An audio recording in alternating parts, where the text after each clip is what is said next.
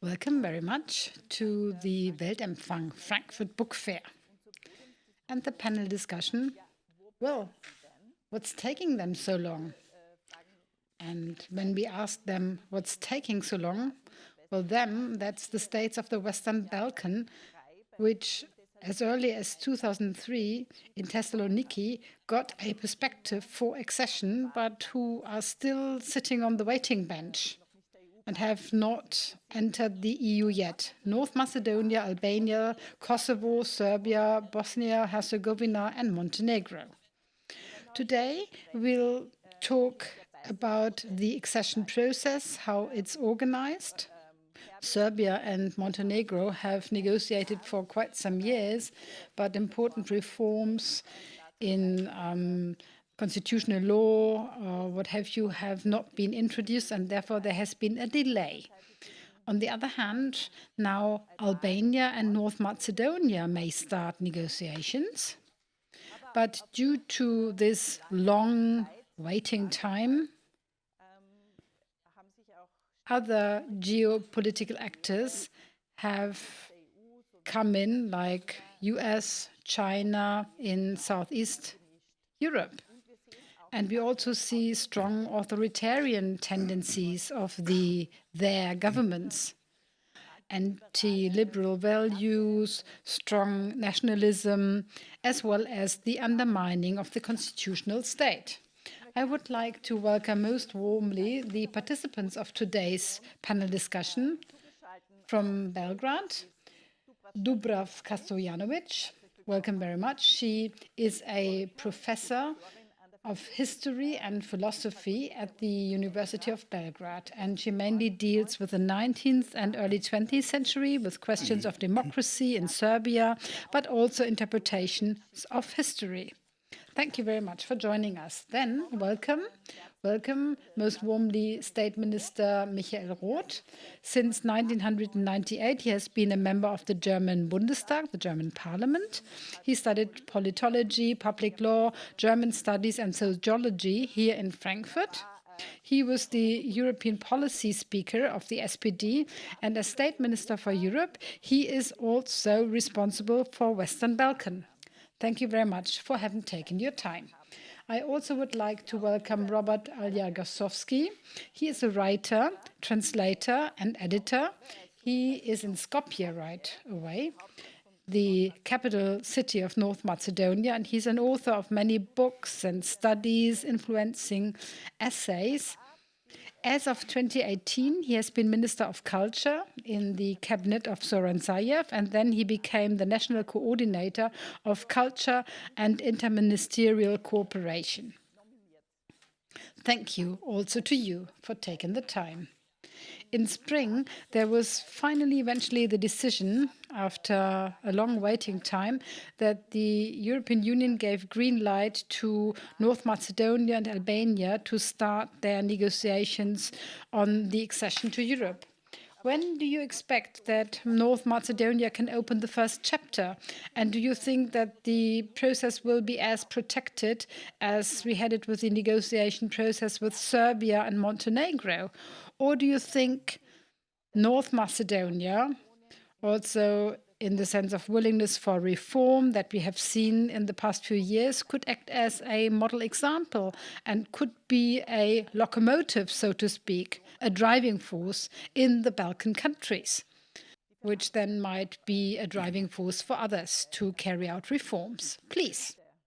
Hi, thanks for inviting me for this panel. It's been a great pleasure to be here. I visited Frankfurt Buchmesse during my mandate as a minister, and I'm very glad to be now online on this very important debate.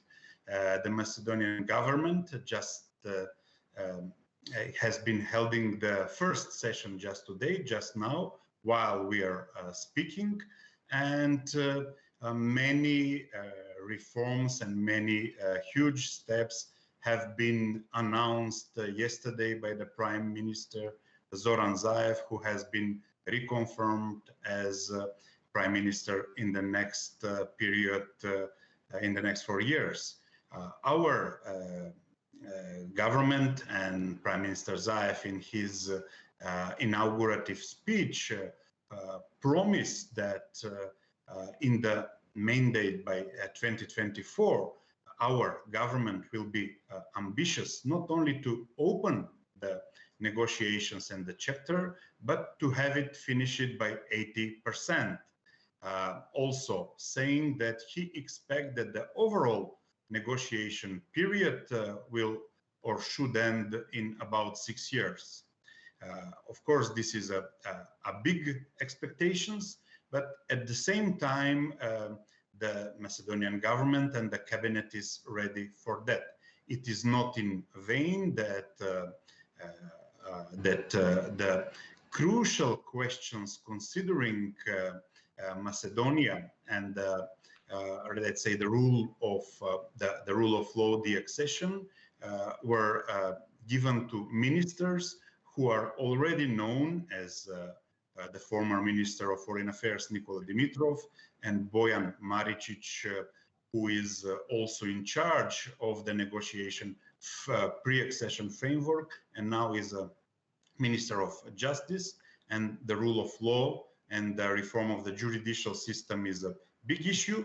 So it means that as a government, the main critiques or the main weak points in the process that is ahead of us were addressed, and appropriate persons and later teams are to be formed, so that we are optimistic, but we will see how all this will be ongoing. And we expect the start of the negotiation to begin as soon as possible. Of course, we already had and are in a pre-accession process, and we are already targeting, reporting, and dealing with some issues. And I'm not sure if we can say that our case can be a model ahead, but at the same time, we know that our struggle for democracy, for rule of law is very important, and we are assured that we are on the right track. There are always challenges. In this aspect, our country, North Macedonia, is not different than the others. Nationalistic tendencies and other maladies that were said in the introduction to this panel are also part of the overall democratic relations in Macedonia, and we have to go through it and with it. So I believe that we are on a good track, and it needs a lot of effort and a lot of dedication to keep that track. On the other side, yes, our position says that if you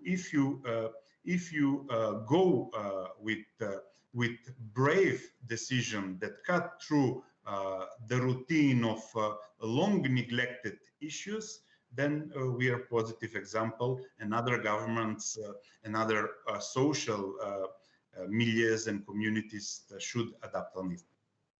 Thank you very much. That sounds very positive. 6 years, that's what the new Macedonian government gives itself for that accession process. State Minister Roth. On the other hand, in Montenegro and Serbia, that have negotiated for 7-8 years already.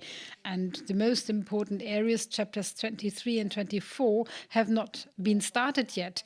The important reforms for constitutional law were not carried out. On the contrary, there are setbacks now in democracy and rule of law. And in the European Union, there is strong resistance against any extension that we could see when the discussion was made when to start negotiations of accession. France and the Netherlands were against to start negotiations at all. Now, my question to you, do you think that in view of this willingness of reform in North Macedonia, for example? Should we give priority to those that are really willing to start reforms and probably also say, okay, the others that don't want to carry out reforms, there we put negotiations on ice as we did it for Turkey?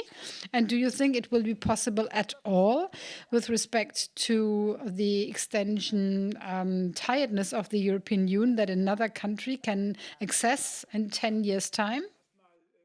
Thank you very much for the invitation extended to me. I hope you can understand me acoustically. I can understand the disappointment on the Western Balkan, especially amongst your young people, because as has come out in talks with young people, it comes out time and again that there is a clear orientation towards the European Union. But the European Union is not only a single market, it's not only a currency community, but in the first place, it is a value community and a legal community. And these duties and rights commit us all. And after the difficult experience in the past, we have reformed the negotiation processes, and therefore, for many on the Western Balkan, things don't develop as quickly as they would wish to happen, because there's no talk about agriculture policy, economic policy, research policy, or regional assistance and promotion. But the most important thing, namely the struggle against corruption, the fight for reconciliation, the development of a real democratic structure, freedom of the media, variety in the media, respectful dealing with ethnic, religious, cultures, and sexual minorities. And don't be misled. That is protracted. It's not only difficult for the societies and those with political responsibility, but admittedly, it's also important for other states and communities which already belong to the European Union, quite frankly. In the EU, we also need to focus on what the Western Balkan is in our eyes. But I have the impression that we have a major step ahead this year, because you're right with your painful analysis. And, well, sometimes we get the impression that some forces in the EU do not want any enlargement at all, which has not something to do with the situation in those countries for a start, but many people suspect that the European Union growing larger and larger, becoming more and more heterogeneous, at the end of the day won't be able to act anymore. In my opinion, and that's also the opinion of the presidency in the Council, we should not punish the states of the Western Balkan for the fact that necessary internal reforms in the EU have not taken place. But I fully back the policy waged at the moment, that when it comes to matters of the rule of law, we cannot give any discount. And you're also right with the thesis saying that the Western Balkan is not a homogeneous bloc. The situation in Northern Macedonia at the moment appears much better than the situation of other countries. And what we need now are lighthouse, encouraging other ones, also seeing to it that this protracted process of transformation is worthwhile. And Macedonia, after ending the conflict about the name with Greece and the friendship treaty with Bulgaria, has ended conflicts of decades. And in Montenegro, the matter of variety of the media and the rule of law don't progress as we would wish to see. All the more as Montenegro is a small country with transparent conflicts. In Albania, the situation is different from Kosovo or Bosnia-Herzegovina. Hence, we don't talk about the bloc of the Western Balkan standing a chance to join the European Union early on, but depending on the speed and the commitment, can count on our active support instead of disinterest, finding their ways to the European Union. This is an honest offer from our side, and it's not a fake, but that depends how the developments, the reforms progress, and I hope we'll still experience this during our lives.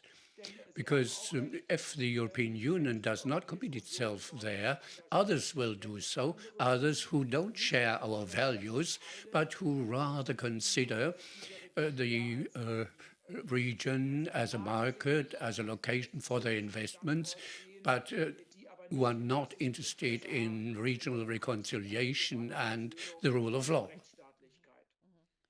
Well, thank you very much, State Minister Roth. I live in Sarajevo myself, in Bosnia-Herzegovina. I'm a correspondent for the Austrian daily Der Standard and many German papers, among others Frankfurt Rundschau, and I live to see the differences of these states there. And also I experience the discourse being carried out in the media. Like in the case of Serbia and Kosovo, the normalization of relations is a precondition for an accession to the EU. And a dialogue is being held, and there are meetings in Brussels and in Washington, and so on and so forth. But if you observe now how politicians and what messages they give to the public and how nationalism is stirred up as before, you don't have the impression that this is really a normal relation and a decent dealing with the past. Professor Stojanović, I would like to ask you about this as well. You have observed very strongly what is happening in education, in school books, textbooks, and what is said about the different historic events. You have definitely also observed the media discourse. Now, when we talk about the dialogue between Serbia and Kosovo, what would you say? How is it presented? What narratives and what cliches and prejudices are used? And do you think there is a chance, as you have it at the political level, that there will be a good neighborly relationship oriented to the future, not nationalist relationship? And do you think it will be possible that Kosovo and Serbia will become closer societies of these two countries in order to overcome the conflict and dissolve it, so to speak, by means of a treaty? Well, thank you very much for inviting me for this discussion. Well, I think that the main reason for slowing down of Serbia integration within EU are not only the slow reforms. I mean, the basic reason is that Serbia didn't reconcile with itself and the wars of the 1990s, that Serbia did not accept the results of the 1990 wars, including Croatia, Bosnia, and especially the case of Kosovo. So I think that Serbian elites, both political and intellectual, that they are still hoping for some kind of revisionism. And I think this is the major problem. And this is why we are usually calling Serbia here in our analysis the Weimar Republic. So the period between the First World War and, of course, the period of Hitler, but the period when problems of the previous war were not solved, and the period in which some of the very important figures are, I'm sure, still waiting for some kind of the continuation of the war. Not maybe the real war, but some kind of a diplomatic or political war or any kind of conflict. We can see the results in Montenegro. We just had elections yesterday, and Serbian forces very close to the Serbian Orthodox Church won the elections. So from Sunday we can talk about a completely different geostrategic situation in Western Balkans. So I think that the nationalism is still a key source of all the conflicts and slowing downs of reforms.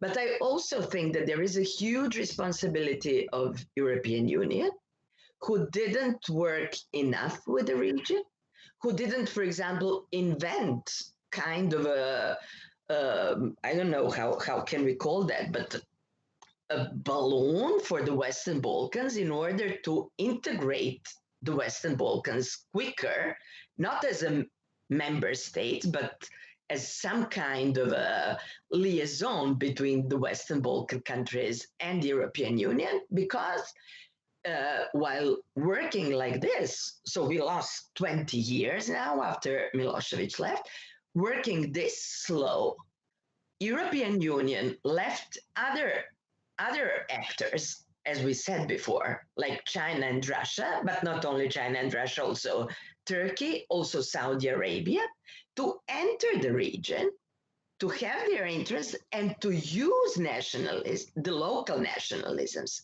So, as we know, China and Russia didn't consider Kosovo as an independent state, and this is why they are understood as friendly countries in Serbia. On the contrary, European Union is understood as some kind of a, let's not say enemy, but of the other side, asking from us to reconsider our politics towards Kosovo. So they have the nationalistic elites have again put the Kosovo issue in the middle of all the other questions. They're using Kosovo issues both for their authoritarian intern politics and for their... Sehen Sie eine Chance auf ein Abkommen?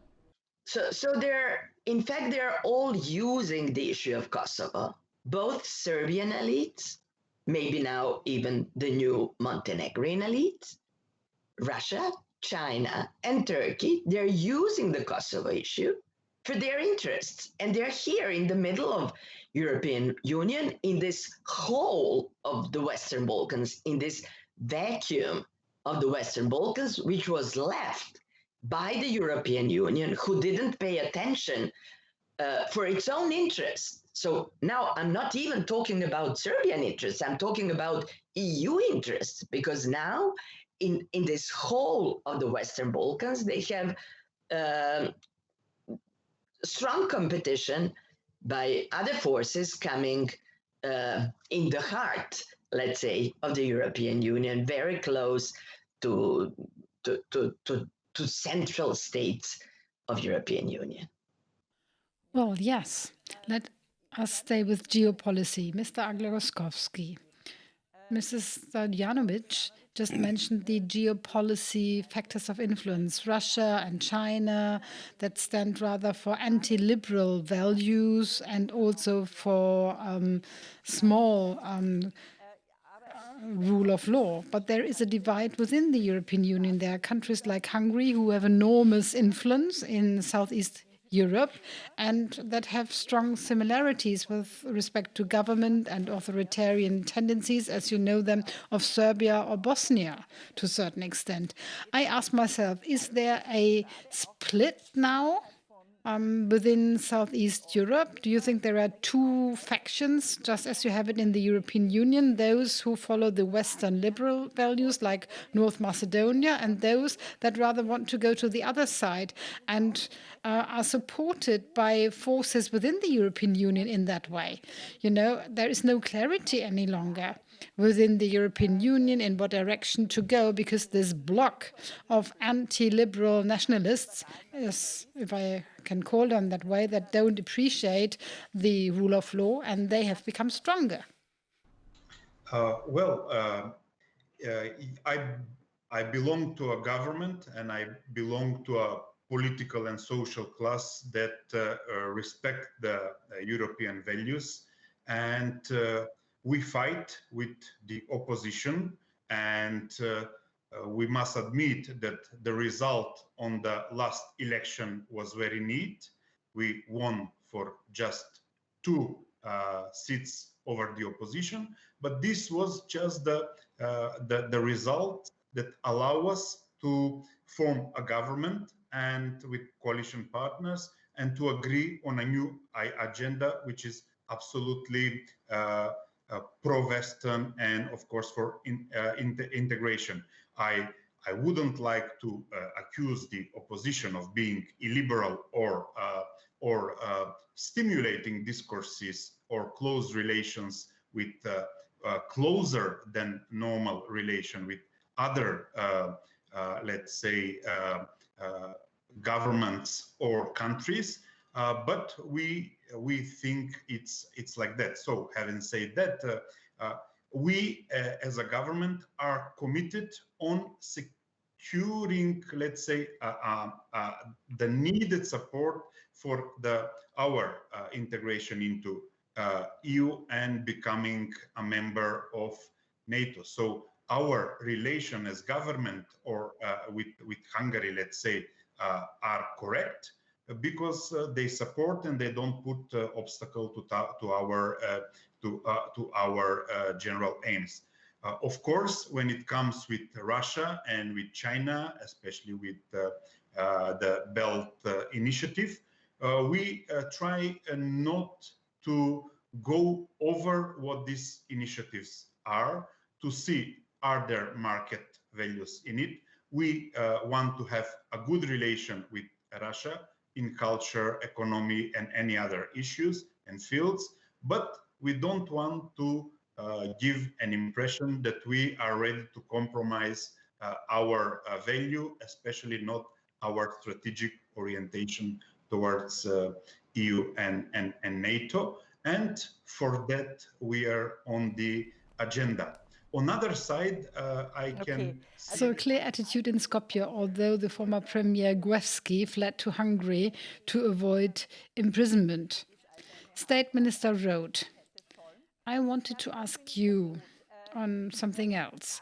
One of the most important partners, or the most important partner in the Western Balkan, has been the United States.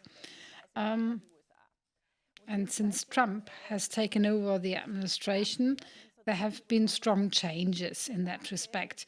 And there is something like a competition that we have observed, the dialogue between Serbia and Kosovo. There it was felt all of a sudden the Americans developed totally different ideas from the Europeans.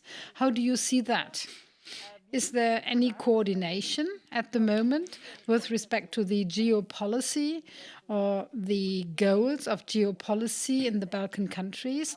And how, in the ideal situation, could it look like after, or let's assume, in case Mr. Trump is no longer re-elected into office? What do you think the chances are? Can we restore the situation? Let me make a remark on what has just been mentioned. Well, I get pimples when I hear that there's a Western interpretation of our values and an Eastern one.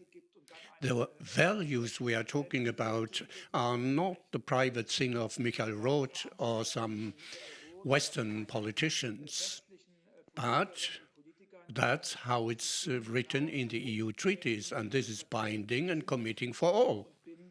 That illustrates that we are in a situation in which the mothers and fathers of the Constitution could not imagine several decades ago, because we had to basically consider what democracy means, what the rule of law means, basically, what a democratic culture under emancipated citizens and equals has to look like. That's what we have to work on. That's a highly painful and controversial process. But let me repeat, I'm not a Western politician, but I'm a European, and I abide by what represents our joint foundation of identity. This takes me straight away to the United States. Without the United States, let me also add it, even Great Britain as a former member of the European Union in terms of the rule of law, respectful dealing with minorities, development of democracy, we wouldn't have grown that far without that close cooperation. And independent of Donald Trump, the Europeans will need to get used of one thing. I do not assume that the United States of America will review their strategic commitment in the whole of Europe, not only in southwestern, but also in southeastern Europe. But they won't expand it any further, and that means we'll have to shoulder more responsibility, and therefore we have to stand a new test, certainly. Considering the role of the United States in Kosovo, then the United States, of course, have contributed a lot of political weight in the scale, but we appear differently and we have a lot of interest ourselves which need to be heard. Therefore, I think regarding the normalization dialogue between Serbia and Kosovo, we now have a representative looking into those matters. I also expect from other member states to contribute their presence and their commitments and their interests. But we'll have to make more effort in that sense, because we cannot assume that the United States will return to a status which has come to an end. That's what I'm fairly convinced of. But of course, in the past, there was closer coordination, and it was unfortunate in the past weeks and months that the impression has been created as if there's competition between the EU and the United States. That must not be. And I hope we have made clear that the EU wants to live up to its responsibility. Thank you very much. Mrs. Stojanovic. It has been briefly mentioned that the European Union shall show more commitment, also in view of the other players that either will move away or become stronger, or that it at least would make sense within the interest of the European Union. As a matter of fact, in Serbia, for example, most people, or most citizens, really want to become member of the European Union, and they also want to have these values anchored in their state. Nevertheless, now as before, nationalists, anti-liberal and clientele parties are elected. And when talking to these people, my feeling is that they think, okay, the European Union doesn't want us, or somehow we are pushed to the side. Do you think that it's not explained enough to the people? Doesn't the European Union explain enough to the citizens what it's all about and what is needed? And if nothing happens, then local politicians are accountable because they haven't done anything in order to progress in this direction. Do we need a clearer or better form of communication? Yeah, we need to change many things because there is, of course, the huge disappointment among citizens of Serbia, especially the young ones, because they waited for quicker EU integrations, but nothing happened. On the other hand, we have political elites in which interest, which don't have the consensus as you have in Northern Macedonia on a quicker integration within EU, because in many respects, integration within EU is not the interest of different elites, including the political elite, intellectual elite, but also, for example, financial and economic elite, which are now getting Chinese investments or Chinese credits under huge corruption. No one controls this kind of money, which is, of course, for them much, much more interesting than investments from European Union, which are supposed to be controlled, especially the corruptive part of it. So there are many very fundamental interests there, including financial interests, not only the value system. We should also talk about those very rational financial and economic interests within the political elite, who is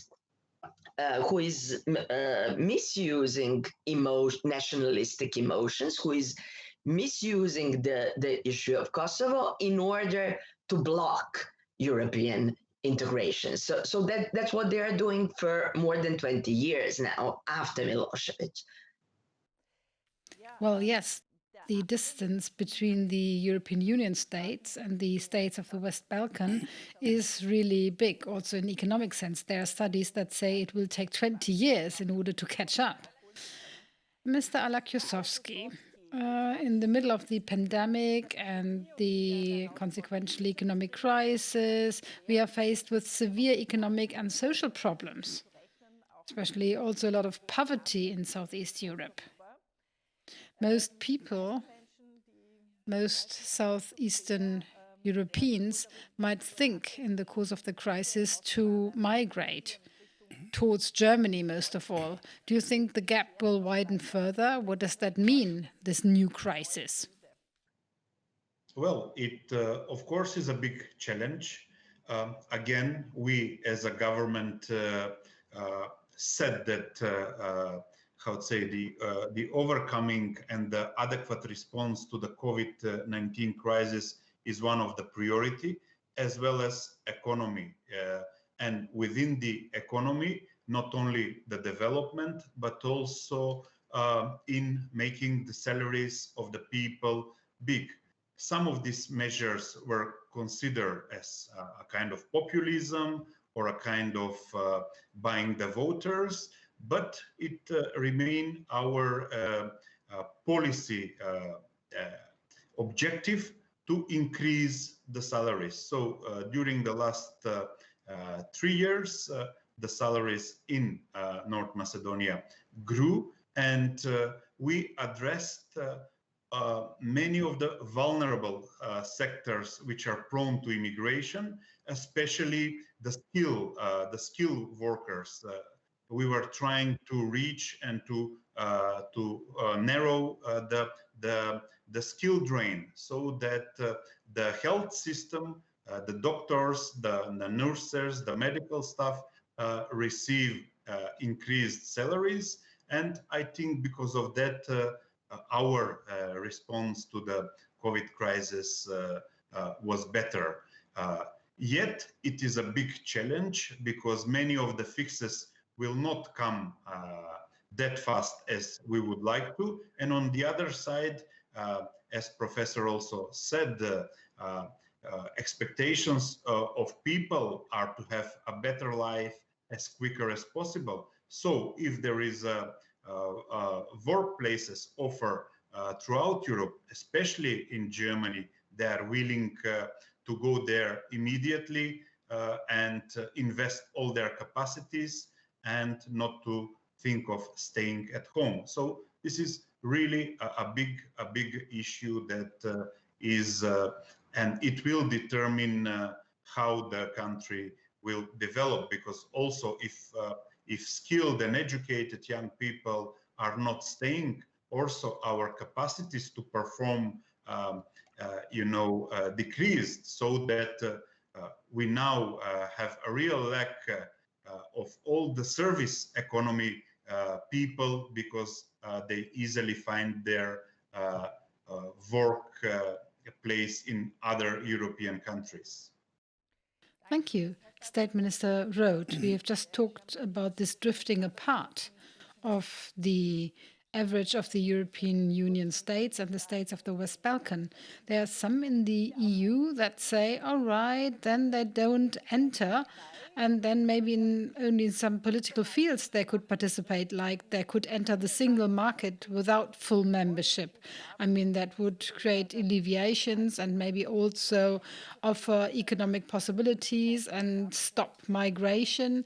Do you think that's an option, or do you think that this is, especially due to our shared European values, that it is important to abide by this principle of full membership in order to promote democracy and rule of law? Once again, I can understand the impatience of young people. If you're 18, 19, 20 years of age, well, 5, 6, 7, maybe 10 years are a damn long period of time, and many people don't want to wait for that long. They want to be around, they want to belong, and that warms my heart, because this passion for Europe, I sometimes miss even within the EU. But because the process is so protracted and so difficult, let me send out a clear signal and say that we want to maintain the EU accession perspective. We abide by our promise, and we don't have a membership B or C or D. But since we know the length of the way and the difficulties, even in recent years, we have tried to help and support, not by saying, you just wait until you are a member, but we do something already now, for example, with the Berlin process. In infrastructure, in cooperation in traffic and transport, in training and education, research, but also in digitization. We have tried to be instrumental. When fighting Corona, we have made available 3.3 billion euro to help the countries in that regard too. I'm very much concerned about the brain drain. On the one hand, I'm grateful that so many wonderful young people from the Western Balkan come to us. They are highly welcome on our labor market. But a good future for a country without the young generation cannot be developed. Therefore, in October, we'll organize a conference on these matters within the scope of our presidency, talk about the brain drain, the perspective of the young people on the Western Balkan. But it's clear, even now, regional cooperation of the states of the Western Balkan can be improved. Massive investments can be placed in the infrastructure, in education, in qualification. And let me also break a lance for the rule of law. That's not an obsession of Michael Roth. And it's not about the abiding by values in abstract terms, but a society free from corruption, a well-functioning public administration, a well-functioning, independent, strong jurisdiction, quick, modern decisions are also a big plus and asset for investments. Small and medium-sized companies who want to invest somewhere shirk away from the investment because they fear not to come to grips with the existing structures. Hence, rule of law is not something for Sunday speeches, but a well-functioning rule of law is also a big asset for the investment climate in those countries. And I'm concerned about the pent-up demand in economic matters. But if we succeed in matters of rule of law and regional reconciliation and democracy, we make progress. All the rest will follow in its wake. The other way around, it's much more difficult. If the states had fulfilled the criteria of the single market, formally speaking, it would not be that difficult to function in to rule of law. So we have to turn it upside down. I admit that is quite strenuous, it's difficult, and it's not free from disappointment, and it's worthwhile. Thank you. Professor Stojanovic, you've just talked about it, that there is a lot of migration. You work in university, and you definitely have noticed that a lot of people who study in one of the Balkan states, but as soon as they have finished their studies and a high-quality degree, they would rather go in direction of Central Europe, the European Union, and this has an impact. Do you think that because of this brain drain, there are also political consequences, that the critical mass, so to speak, is leaving the country, and that's the mass that really stands for reforms? And what might be the impact? And a short question in addition, as it was mentioned before, with the funds that the European Union is paying to the Balkan states because of the COVID crisis. This is not linked to reforms for the rule of law. Would you think that one should be stricter, saying, so if you don't fulfill that and that, you won't get any funds? Well, brain drain is a crucial issue here for almost 30 years. Because a lot of highly educated experts left already when the wars in Yugoslavia started in 1991. So that there are some estimates that we lost about 300,000 highly educated people in Serbia during the 90s. Then some of them came back after the political change in 2000, when after the fall of Milosevic, hoping for reforms, hoping for the change, hoping for European integrations. But then they were disappointed, not only, of course, by EU. I have to remind you that the first prime minister, Zoran Đinđić, was assassinated, and that was again one of the political turns here in 2003. So now we are facing the new wave of brain drain, because young people, experts, and not only young people, even people who are 50 years old, and I know them, are saying there is no hope anymore. So we have to leave. We have to save our children, even if we didn't save our own lives. And this has disastrous political consequences, because people that are leaving Serbia, especially those that are highly educated, they are the liberals. They are those who are European oriented. They are those who would be able to fulfill the reform, even the reform of the state of law that we are talking about. So we are left here with conservatives. We are left here with traditionalists, nationalists, populists. And I think that political consequences are very, very, very serious of the brain drain.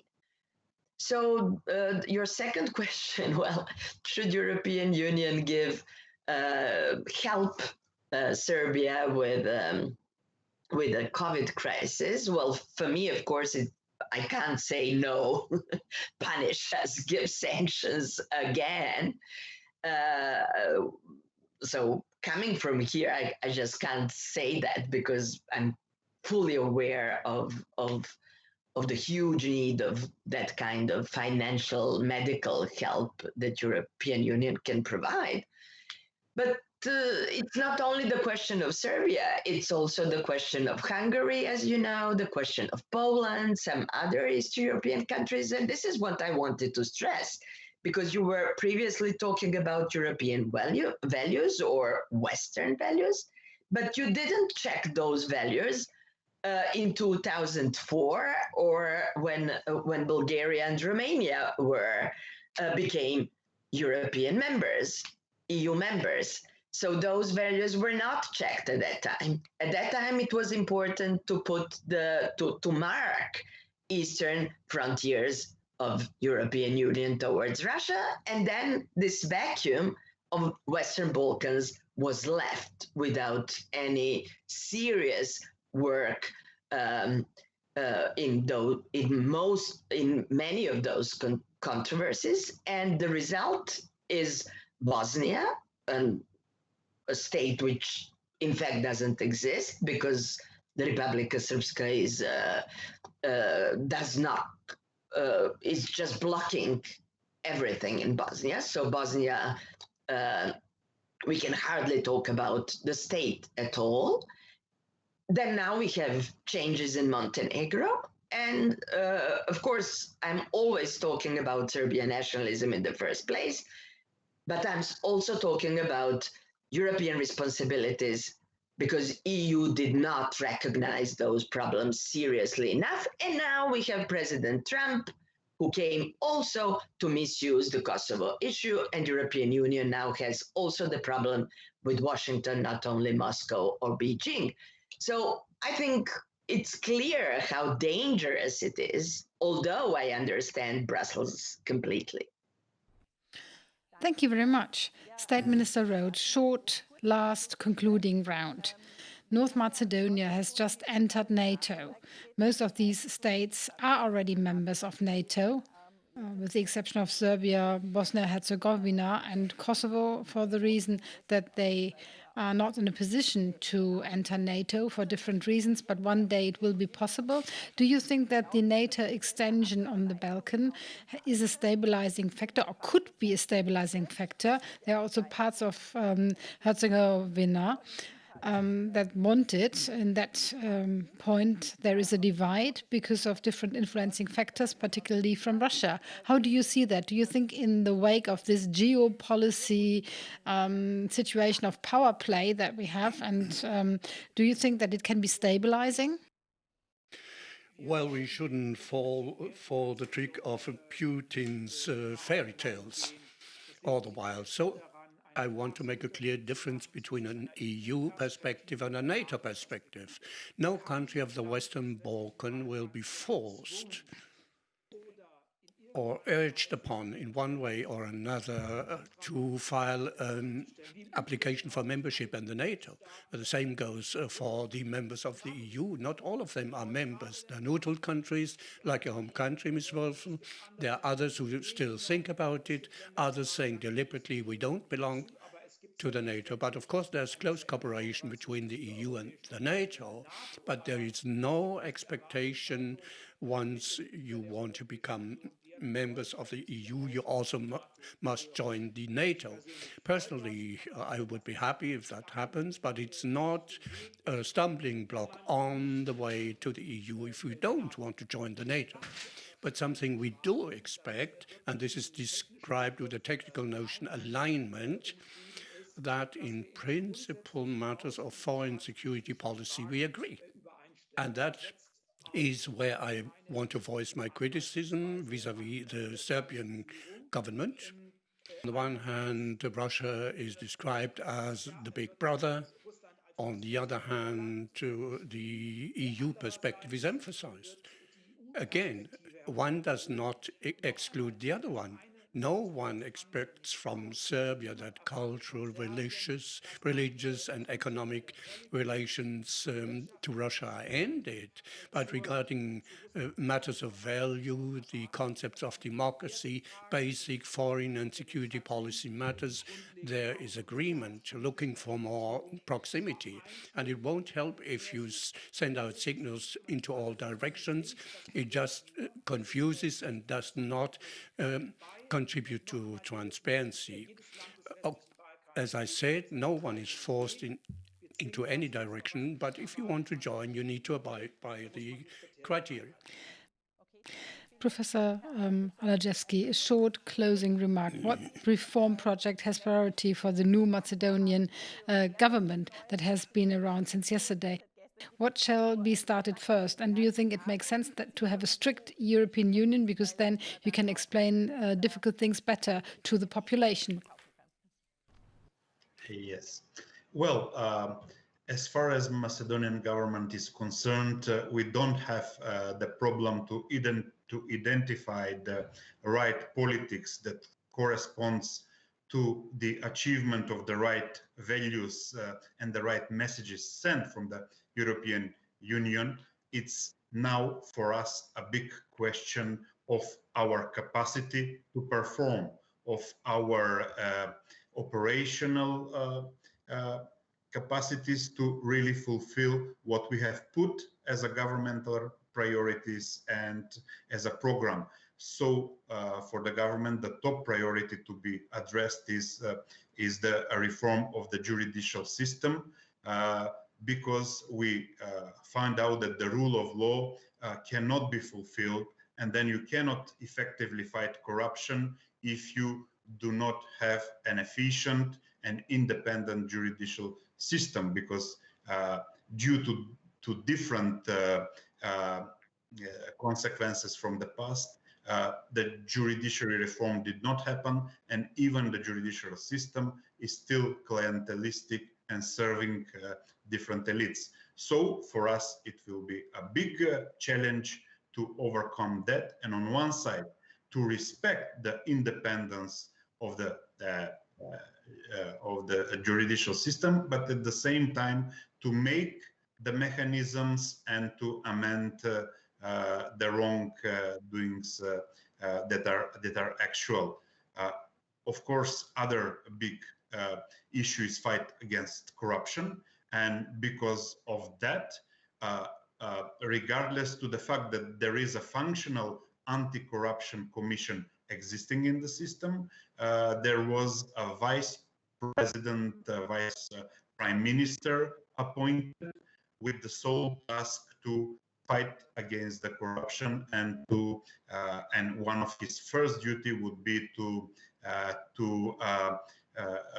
question the property of the functionaries, of all the actual or future functionaries. So, as I said, as far as our country is concerned, we just have the challenge to really, in this course of the mandate of 4 years to come. Of course, it is always a question how the opposition will develop and perform, if they are going to support us in the, let's say, national agenda, the national consensus, or should they estrange from the path, because we have now some minority members in the parliament who are playing the same jovial stances of the extremists, even calling for how to say, recalling the recognition of South Korea. Imagine how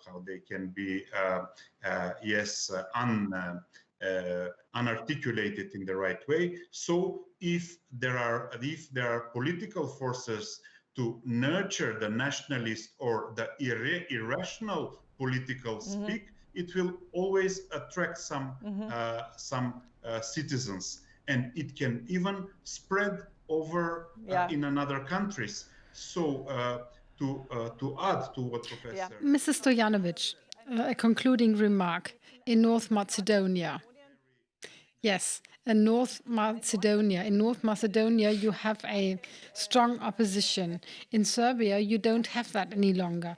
Like, we have a lack of pluralism here, and the European Union Commission pointed that out in its opinions again and again. There is no parliamentarism. The executive undermines the powers of the parliament, and so on and so forth. There is no distinction between political party and state activities.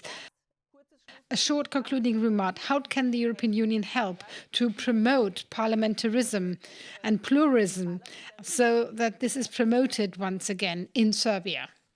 Well, Freedom House called Serbia and Montenegro hybrid regimes, and I think it's a complement, in fact. I think that we are talking, for Serbia, we are talking about the authoritarian regime of Aleksandar Vučić, because nowadays we don't have free media. We just had elections, but the opposition parties, for some reason, decided to boycott those elections, and nowadays we have almost the one-party parliament. So successfully we came back to the model of the party state.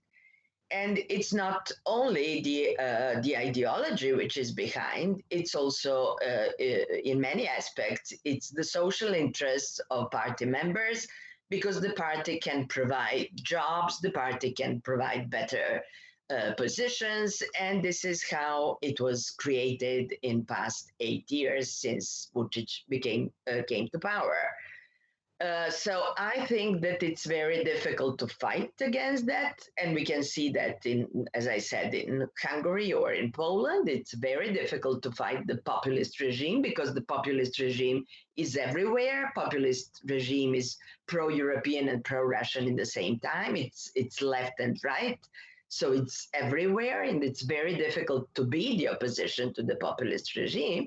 But I think that the Kosovo issue is crucial, and the European Union can help the best way.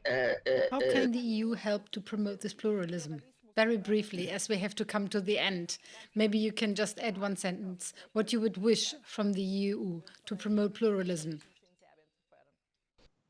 Well, it's not up to EU to promote pluralism. It's up to us. So we have to reconstruct pluralism in our society. And of course, we as public intellectuals, we are working a lot on that issue. But We also need some wise opposition politics that we don't have for the moment. But I think that the major help from EU can come to the solving Kosovo issue, because Kosovo issue is the main problem from which all the other problems come out of foreign policy and of internal policy, and also problems of Bosnia and Herzegovina and problems of Montenegro nowadays. So I think that the Kosovo issue really is that node that we need to solve in order to start solving other issues. So that should have priority. Thank you very much for this concluding statement. I thank you very much for the highly interesting contributions and the perspectives that have come. Thank you, State Minister Roth. Thank you very much, Mr. Alagjozovski. Thank you, Professor Stojanović. Greetings to Belgrade, Skopje, and Berlin. Thank you very much for listening and for viewing it. Thank you. Goodbye.